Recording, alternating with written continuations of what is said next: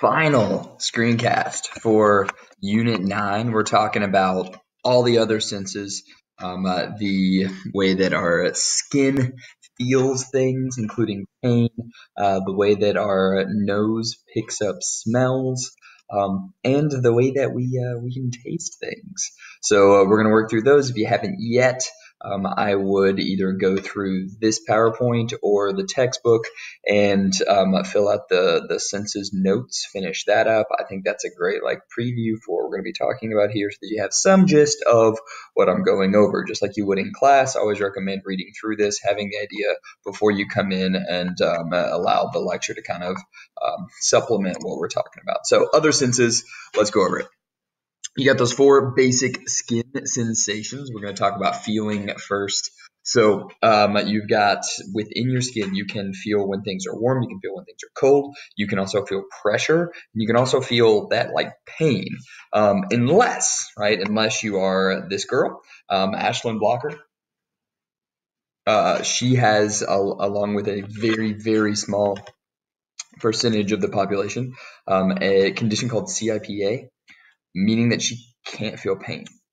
And she can feel warmth, cold, pressure, but she cannot feel pain. So she feels when something's warm, including something that's on fire, she would just feel warmth. To the extent that when helping her parents around the house, she dropped a spoon into a pot of boiling water, and her senses, reflexes were like, oh, I got to pick that up. Instead of thinking that's a boiling pot of water, she quickly reached her hand in, grabbed the spoon and pulled it out. Didn't think twice about it. Put her hand in boiling water, burned the skin off. Had no idea. Naturally, her parents freaked out. She walked around for a couple days on a completely broken ankle. Has consistently, year to year, come across injuries and not noticed them in some way. So pain is necessary. Right? While warmth, cold, and pressure all kind of communicate to us what's going on around us, pain is a lot more interesting. There's a lot of things going on, and we wish we could live without it, but you don't actually want to live without it, right? We need it. You don't want chronic pain, but you absolutely need pain to recognize what's going on in your environment and when something's wrong, right? So how pain is happening for us. For the most part, pain is recognized as this gate control theory. So we've got, and think back to brain and behavior, these interneurons within the spinal cord. So pain, in this case, right, let's think about stepping on a tack or a Lego or a dog bone, pad foot. When you do that, right, when you step on something, something sharp happens. Go away. Stop. When you step on something sharp, it immediately sends that message. The action potentials are fired, right? Boom, we've got something happening, right? Something sharp, and that fires quickly up to the spinal cord. Right? And then those interneurons in the spinal cord tell us quickly, pull the foot back, right? Remove the foot. So that happens first, typically within milliseconds before we even feel the pain. It feels like it's happening at the same time, but for the most part, this is happening almost immediately, right? We're getting the movement back for the interneurons first, and then we get the pain. And so what's happening is within the spinal cord, we've got these things called we've got these nerve cells, and just on the outside, these nociceptors. So nociceptors all throughout the body, and what they're doing is that they are detecting the painful things, the things that aren't quite right, that recognize that's too sharp, right? That's not just pressure. That's something that could cause serious damage. So again, this is evolutionary. We want our body to be able to do this. You want to be able to recognize, as we did with the Q-tips and the toothpicks, right? You want to know, is this just a little bit of pressure, right? Is this something soft and not something that's actually going to do damage? Or is this something sharp? And you want to be able to know, could this cause damage, right? You hit somebody hard with a Q-tip, you're like, it's a Q-tip. But if you really reared back and hammered somebody with a toothpick, you're going to feel pain. Right? You're going to recognize it's this could be bad. And you want your body to do that, to tell you, we might be in trouble here. Recognize so that you can get away from that, right? So it's evolutionary. It's beneficial for us for our own safety. So these nociceptors throughout our body send the message to the interneurons in the spinal cord, which then think of them as like a bouncer, thinking about recognizing whether or not this is worth sending it up to the brain. When it gets to the interneurons, when it gets to the spinal cord, the nerve cells there, the interneurons in the spinal cord, have to decide where to send it up to the brain or not. So they've got to think about this decision to make, right? They're like bouncers. Right? They're standing on the outside with their arms crossed. They're like, wait. Right? Information. They're like the nociceptors are always complaining. They're sending us pain. Do we actually want that? Do we want to send that up to the brain? The brain is busy. The brain's a big deal. The central nervous system has a lot going on, and we can't just send it everything. If it's constantly in pain, then it doesn't make any changes. It gets overwhelmed. So we only want to send it things when we have to send it things. So nociceptors blast the message up to an action potentials and message all the way up to the interneurons. Interneurons in the spinal cord get this, and they're like, wait a minute. Okay, this is pain. This is worth considering. Send it, right? Freaking send it up to the brain. The brain then processes this pain and recognizes it. So this is the gate control theory. Interneurons in the spinal cords blocks the messages and says, I don't know if we want to send that or not. And we've got these two different types of fibers in our body. These like much thinner fibers that are connecting and going up to the spinal cord. And then oftentimes what's seen as these like larger, thicker fibers working throughout our body as well. And these often are what are going to like be used to like close the gate, right? We have these thin, small fibers that are, as a part of these nerves, are often sending pain, sending the message of that. But then thicker fibers are often stimulated by things like massage or acupuncture as a way to like say, hey, you're good, relax, stop, and closes off that gate, stops the signal in the brain, the pain coming through. So what else is going on here? So just down here. Okay, so I'll put myself over the personal experience of pain. Hide me here. So like all things, pain is biopsychosocial, right? When all else fails in psych, that's probably the answer they're looking for.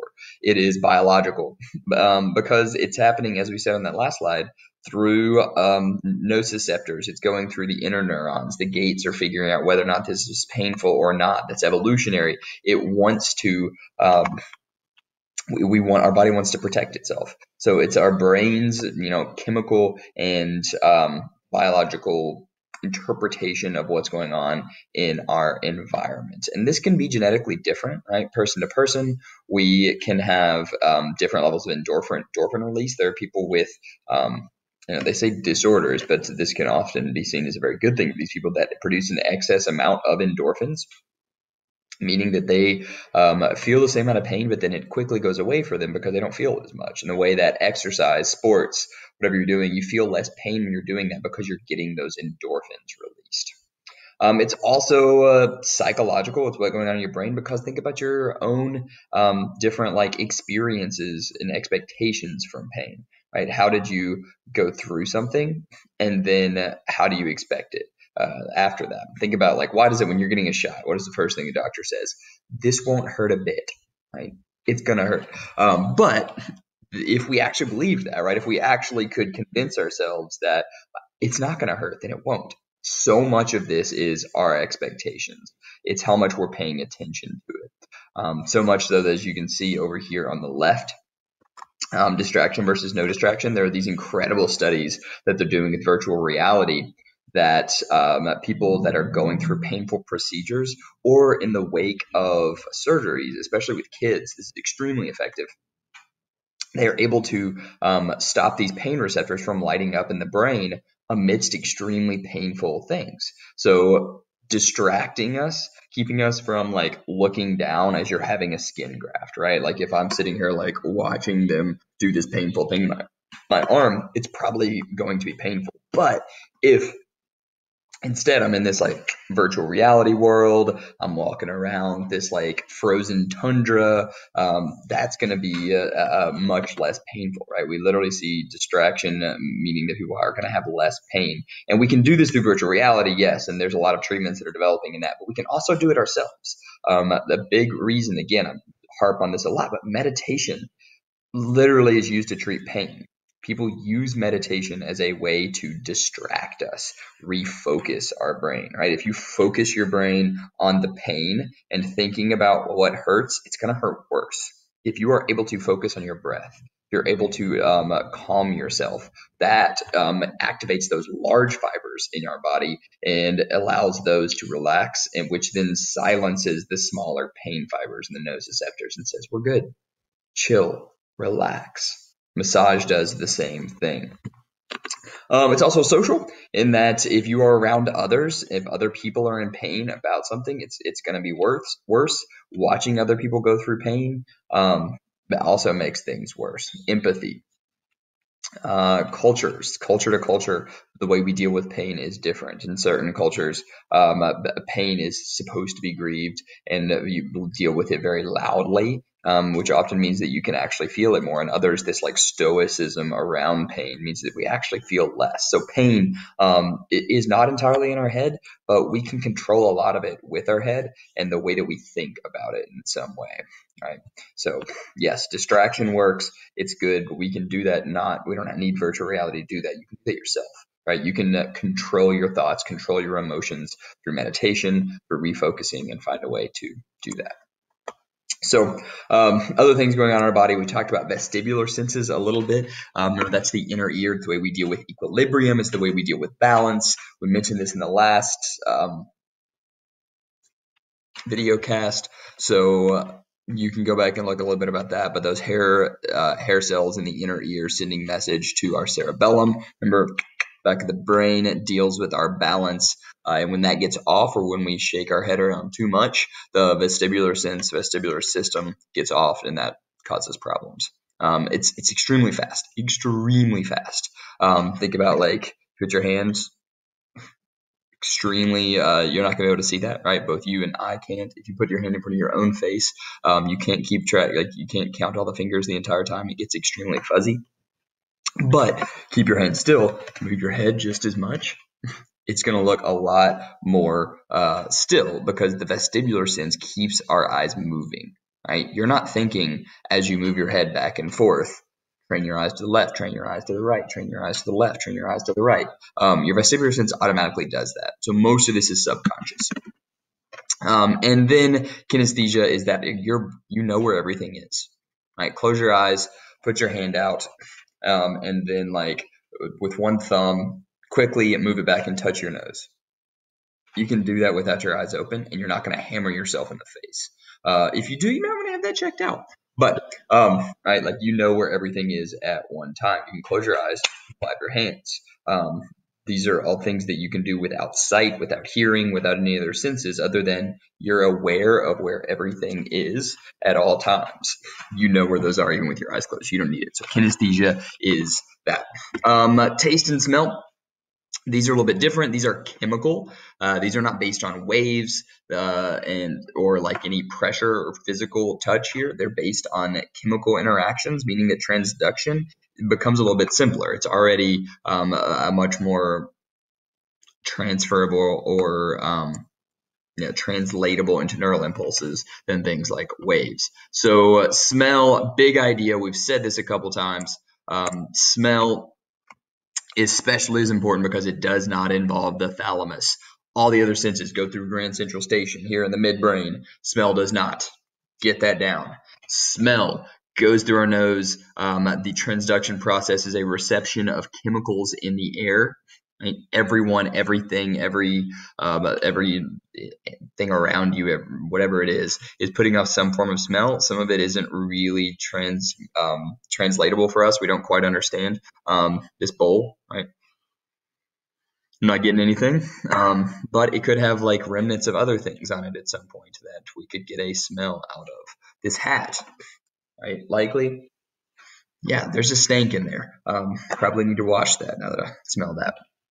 Right, like we get a smell from it, and those are chemicals in the air. It's a little gross to think about when you're smelling a fart, right? For padfoots, death toots, as we refer to them, or from a friend in class. You're literally getting little chemicals that have exited from their body, and that's not a lovely experience to think about, but that's how it works. When you're getting those chemicals, again, they don't go to the thalamus. They work their way up to the second step of transduction. We've received the chemicals through the nose. It then works its way into the olfactory bulb. This is in kind of the midbrain portion. And that is very, very close to the amygdala, and very close to the hippocampus, which means that smells often work without us really processing things.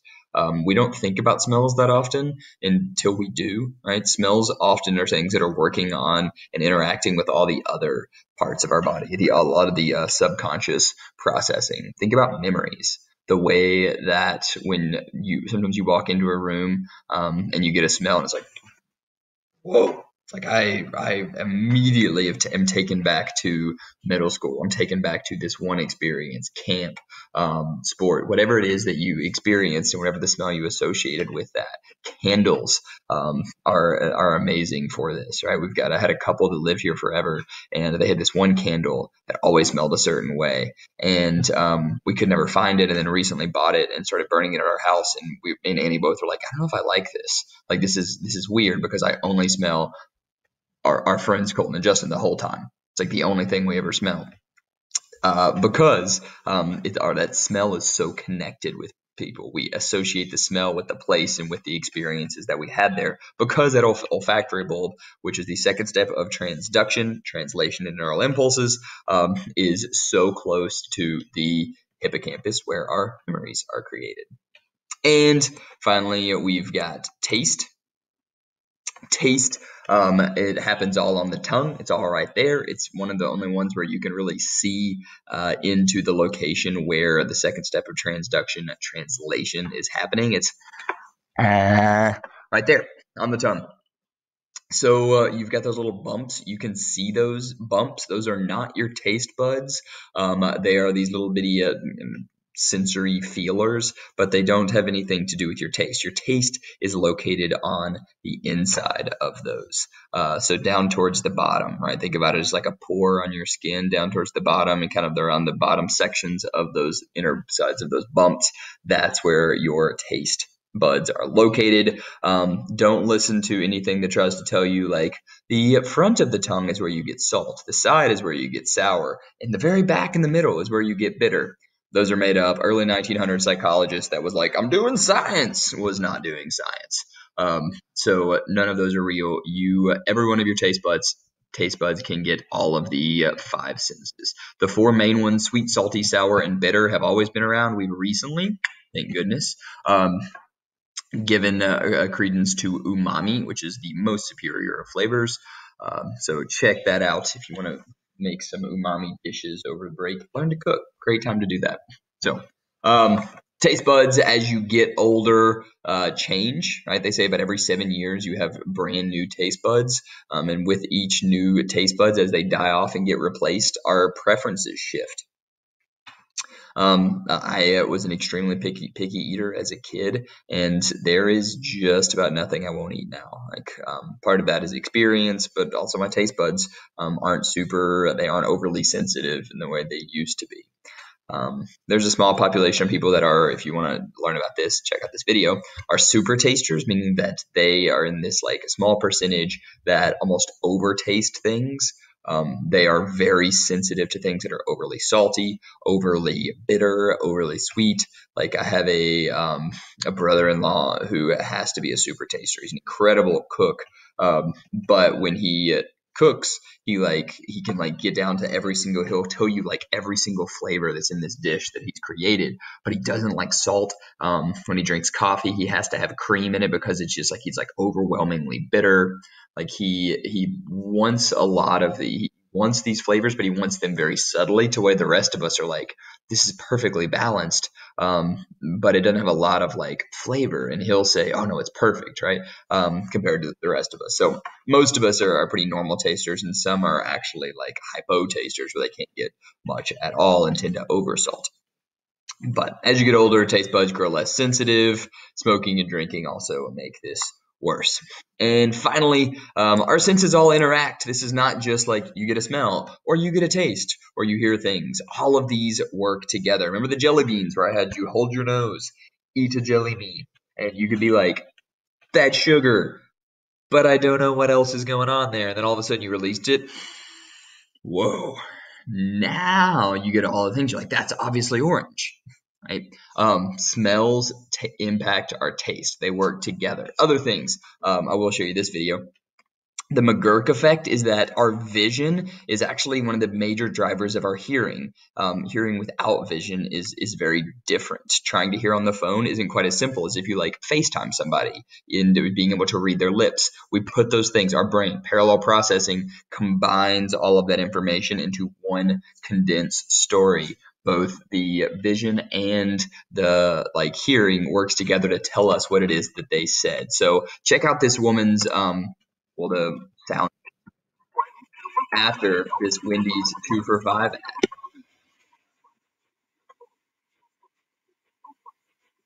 Probably can't go to Wendy's right now. Not advised. Maybe pick up or take out.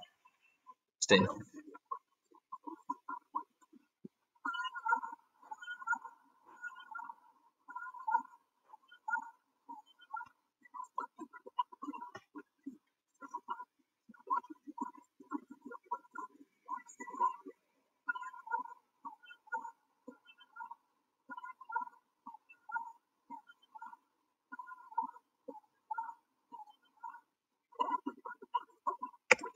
So, same sound clip in both of them. If you don't believe me, close your eyes, go back and listen. But your brain interprets it differently, right? Because of the way her lips moved, either ba or fa. We heard the sound differently, even though it was the same. She wasn't making sounds there; she had already made the sound. But our brain interprets it in that way. So the perception of it can shift based on that. I don't know what I was going through here. Temperature impacts are, read the book, find out. But embodied cognition, that's probably what I was going for here. The embodied cognition is kind of the combination of all of this, and that whatever we're going through, whatever senses we have, can impact the way we perceive anything. It's that our brain processes all of these at the same time, so much so that if you they did a test with people who had like a cup of hot chocolate or hot coffee or hot tea, and then the other people drank a cold drink or no drink at all, and the people that held onto the warm item then asked to respond how enjoyable was the conversation you had with that person, actually said they enjoyed the conversation more and they felt that the other person was warm, open, and receptive because they just had a warm drink in their hand. Same thing works for cold. If you would talk to somebody, the room was the same, in this test, they had people basically be given the cold shoulder. Say, go up and talk to someone, and that person was just rude to them and be like, no, boy, bye. And immediately they would then come ask them like, okay, how did you feel about that person? Go through several questions, be like, what do you think the temperature is in the room right now? And when they had been given that cold interaction, or somebody just rejecting them outright, people were predicted by about 2 to 3 degrees that the room was actively colder because of that. And so all kinds of different things. Other interactions, like if you were sitting on a wobbly chair throughout a conversation, you're like, how trustworthy is the person that you just talked to? And people rated them as less trustworthy because of the environment they were sitting on, because they could feel that the chair was wobbly. Even if they were in a super nice restaurant, if the chair was wobbly, they would rate their interaction as less trustworthy. So all of these things come into mind. We embody this cognition of our sensations, whether it be temperature, whether it be taste, whether our emotion and the way we feel, all works together to create this perception. So